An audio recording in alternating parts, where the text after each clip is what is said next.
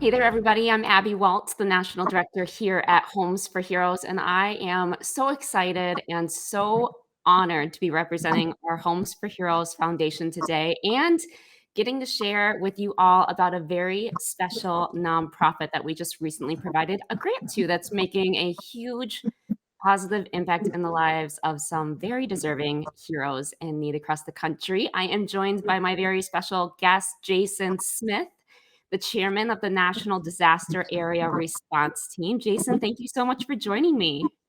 Thank you for having me. Yeah, and first and foremost, thank you for your service as well. We always want to say that, especially for our heroes. So thank you so much for all that you do. It's been an honor. Let's go ahead and get started with kind of a more personal question, but a great perspective question for our audience. Would you mind sharing what inspired you to become a law enforcement officer and a little bit about your experience in the field?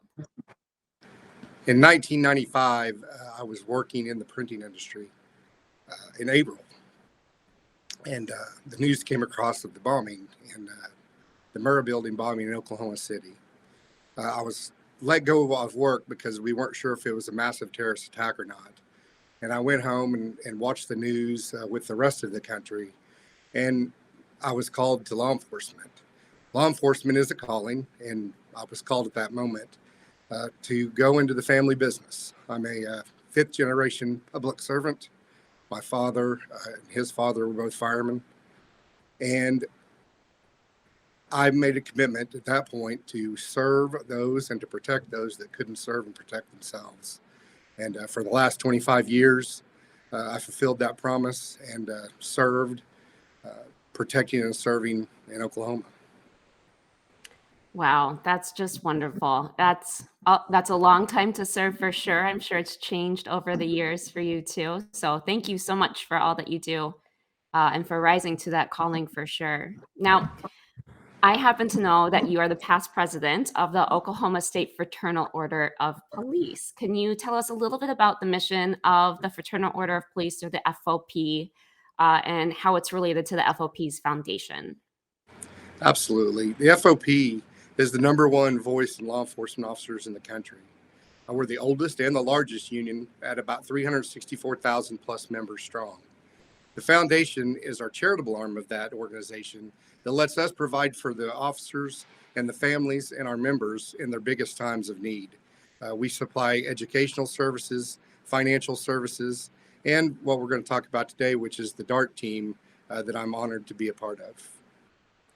Wow, I just love how much you benefit your members and how much you're there to help them, especially in times of need across a wide variety of different programs for sure. Let's jump into what you just touched on. Tell us a little bit more about the foundation's disaster relief fund specifically. You bet. We developed this fund many years ago to help officers that have been displaced by national disaster, man-made disasters, or major catastrophe. Whenever officers are involved in their communities and a disaster happens, most people don't realize that they're victims too. Their homes are destroyed, their lives are displaced. But instead of getting to take the day off work and take care of what's important to them, they put on that badge and uniform and they go out to work every single day for 12 to 18 hours, sometimes longer, to make sure that they can stabilize the community instead of stabilizing their home. We were created to be a bridge to help them so that we've got their back while they've got the civilians and the citizens back of their communities.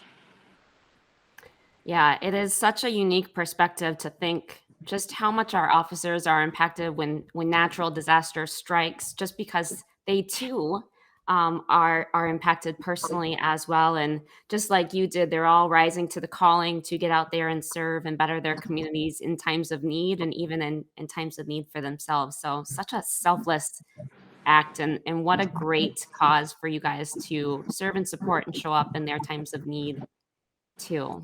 So let's jump into the program that you're primarily associated with and in charge of, the Disaster Area Response Team, or DART, as you called it. How did that come about, and what was it created to do?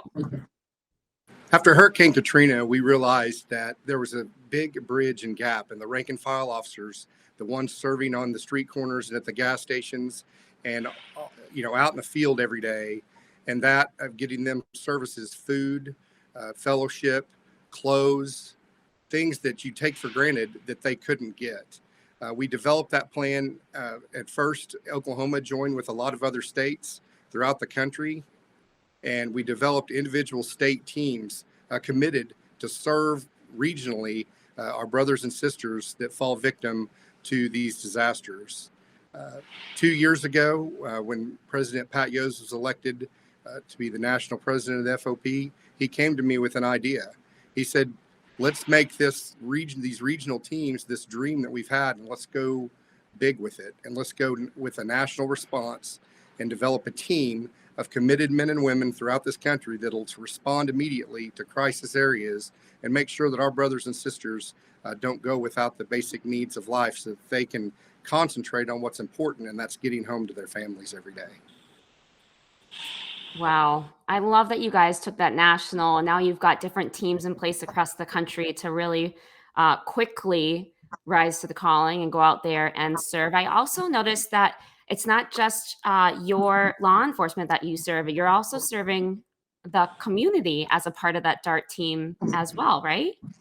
Yeah, we'll turn no one away. Any hungry belly, any thirsty citizen, anybody that needs help we're gonna answer that call. That's what we did when we stood up and took this oath, and we certainly wouldn't change that on any deployment we were at. Our primary focus, obviously, is the first responders, but we will turn no one away. And we fed and given supplies to dozens of people. If they come up and ask for it, I find a way to get that to them. Wow. Always continuing to selflessly serve. That's just incredible. Oh, well, as you know already, as a part of our Homes for Heroes Circle of Giving, the Homes for Heroes Foundation has donated $32,500 to date for the FOP's disaster relief fund, including our most recent grant of $10,000 in August. I know the need now is greater than ever with all the natural disasters we're seeing. Hurricane Ida just recently devastating many different communities who are still working on cleaning up and rebuilding. What did the response of DART look like for the most recent natural disaster we just saw? I don't know that I've been to a disaster that's been that bad. My team and I have deployed in Joplin in 2011, Moore in 2013, Ferguson. We deployed at Hurricane Sandy out of the Washington, D.C. area. And then, of course, last year with the two hurricanes that hit the Gulf Shores and Lake Charles areas. But this hurricane was just a little bit more devastating, and it really crippled that community. We arrived within just a day after it was safe to get there. We had to basically weave in and out of telephone poles and trees to get there. Caused a little more damage to my small kitchen trailer or our small kitchen trailer, excuse me, that we built for this response. But it's just that important to get there. And we had a great team of dedicated men and women, 49 in total, over a 3-week period, serving thousands of meals a day. And not just hamburgers and hot dogs. That's kind of what we start with. But as grocery stores have to get rid of meat, they typically donate that. And so we went and bought smokers. I'm kind of a hobby smoker, and so I spent a lot of time smoking brisket and pork and anything that would make those guys feel just a little bit more at home and forget for just even a few minutes of how hard they have to work and how much work laid in front of them. So we spent a lot of time trying to make sure that the hospitality to these brothers and sisters and first responders alike could be taken care of.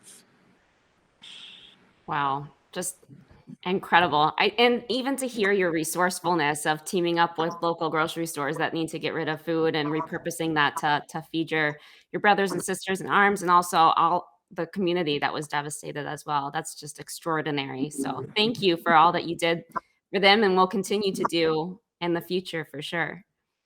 This was the first deployment. I will note that the National Guard came to us, and they had nothing but MREs to feed their troops. And so we did 200 meals one day and 250 the next, and continued that trend to make sure that they were included in this, because sitting in a armory somewhere eating MREs is just not it's not acceptable to us, and we wanted to make sure they were taken care of as well. Oh, I love that. Again, still continuing to serve no matter what challenges you're faced with, which is just great. Any other parting words or anything important that we might have missed together today? I failed to mention our remediation teams. Another part of our program is to go to officers' houses and make sure that their trees are out of their houses, that their tarps maybe need to be re-roofed, their sheetrock may need to get pulled out. We remediated over 65 homes during this deployment, and the men and women that went out and did that were FOP members from all over the country. Like I said before, 49 of us showed up, and they came from all over the country, and they worked in ridiculous Louisiana heat. You really have to breathe underwater in that part of the country this time of year, and they did that all day in the grueling heat, and really made a difference in the lives of those officers. And those officers often come to us and tell us about how thankful they are for that, and all of a sudden we aren't tired anymore, and we're ready to keep going.